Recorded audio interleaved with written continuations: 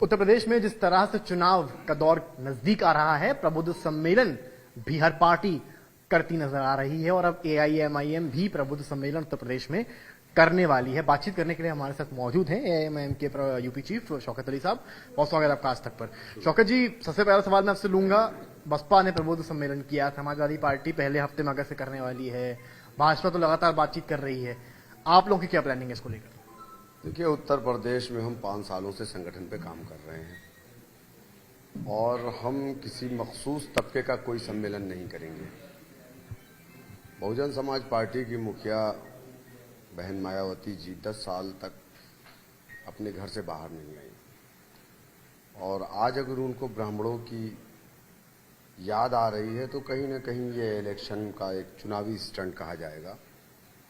सतीश चंद्र मिश्रा, मुझे नहीं लगता है कि आज तक किसी गरीब, किसी मजलूम या किसी भी असहाय के घर पर गए हों और उसके सर पर हाथ रखा हो।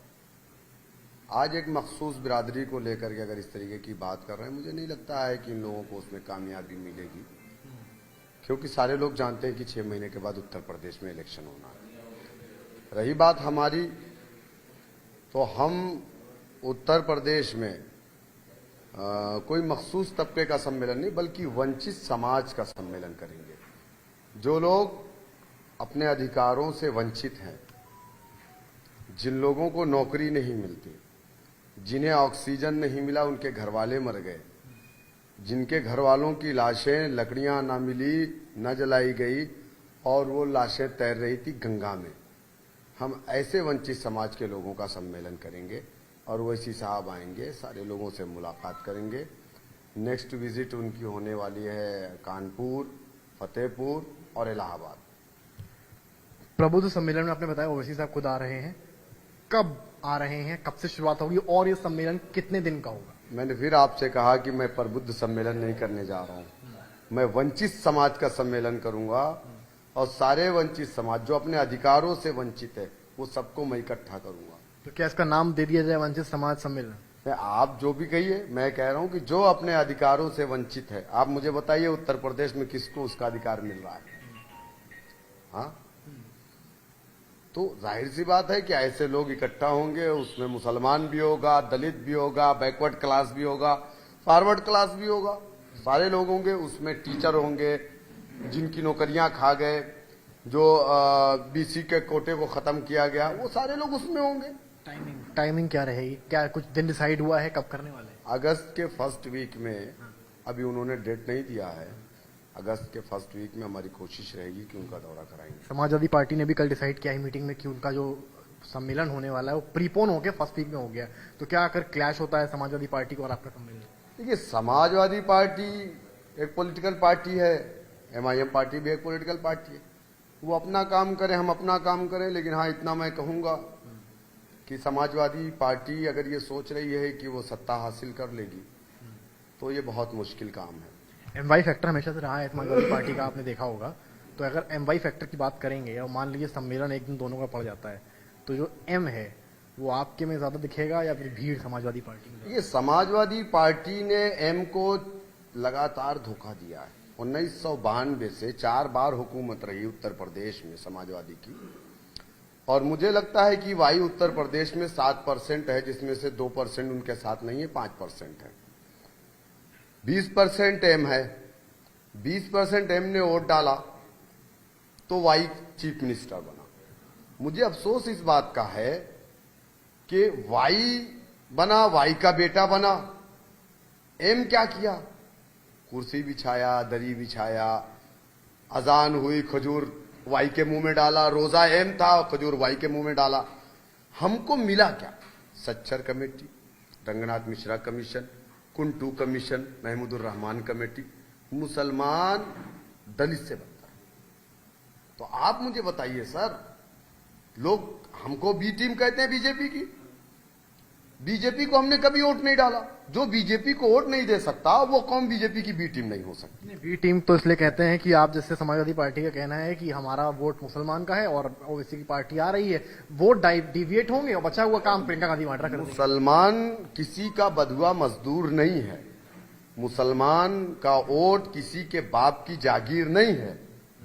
कि मुसलमान समाजवादी को क्यों वोट डालेगा, क्यों वोट डालेगा भाई। हिंदुस्तान की पार्लियामेंट में 131 दलित था, उसके बाद भी बीएसपी क्यों बनी? हमेशा 131 दलित रहता है, उसके बाद बीएसपी क्यों बनी? क्योंकि बीएसपी जो उनकी जो मुखिया है, जिस बिरादरी से ताल्लुक थे, वो समाज अपने अधिकारों से वंचित था। अपना झंडा बनाया, अपना डंडा बनाया। आज हर थाने में दलित का बेटा है, आज हर दफ्तर में दलित का बेटा है। मुसलमान का बेटा कहां? 7% यादव, आप नौकरी में कितने परसेंट है? मुसलमान 20%, कितने प्रतिशत है नौकरियों में? तो क्यों नहीं दिया आपने? देखिए, यूपी चुनाव नजदीक है, अलायंस तो करना पड़ेगा, आपकी पार्टी को भी पता है। सपोज करते हैं अगर समाजवादी पार्टी के साथ बात बनती है इन फ्यूचर, तो क्या आप कुछ इस तरह का रखेंगे कि सीएम फेस मुस्लिम होना चाहिए?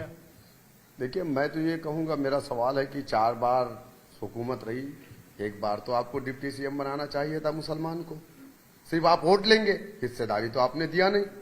और मैं शुक्रगुजार हूं प्रकाश राजभर जी का कि उन्होंने बड़ा दिल दिखाया। उन्होंने कहा 5 चीफ मिनिस्टर बनाएंगे हम, भागीदारी संकल्प मोर्चा का हम हिस्सा है।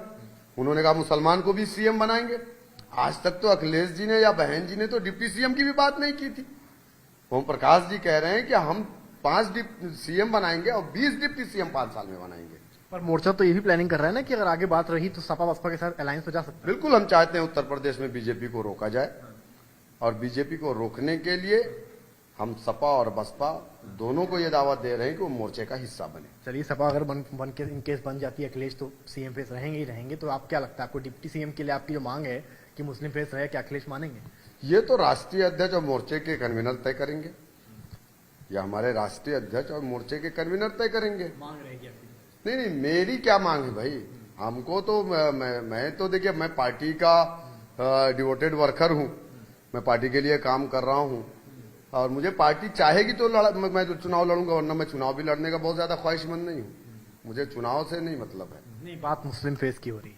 नहीं, मुस्लिम फेस की अब ये तो राष्ट्रीय अध्यक्ष जी तय करेंगे ना, मैं थोड़ी तय करूंगा। कब है विजिट अगली उत्तर प्रदेश में और कहाँ पे?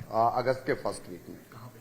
कानपुर, इलाहाबाद, फतेहपुर, और उसके सेकंड जो विजिट होगी वो गोरखपुर की। और ये आपके सम्मेलन का हिस्सा रहेगा? जी जी बिल्कुल। राजभर के साथ अब अलायंस में हैं। राजभर साहब कल बहुत कुछ बोल गए हैं बीजेपी के बारे में कि 2 टांग में आएंगे, 4 टांग में जाएंगे। मोतियाबिंद है कि आप मोर्चा के सपोर्ट, मतलब मोर्चा के आप पार्ट हैं, कैसे देखते हैं? ये देखिए, अब राजभर साहब ने बोला है, मैंने तो सुना भी नहीं है।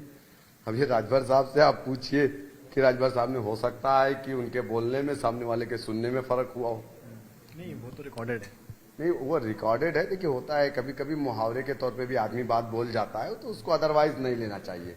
आखिरी सवाल आपसे ले रहा हूँ। आज वहाँ भारती लखनऊ में थी, उन्होंने असदुद्दीन ओवैसी पे तंज कसा है लैला मजनू वाले बयान को लेकर। उन्होंने कहा है कि मुझे लगता था ओवैसी डिसेंट, और इस तरह की बातें अगर ओवैसी कर रहे हैं तो बड़ा ही निराशाजनक है।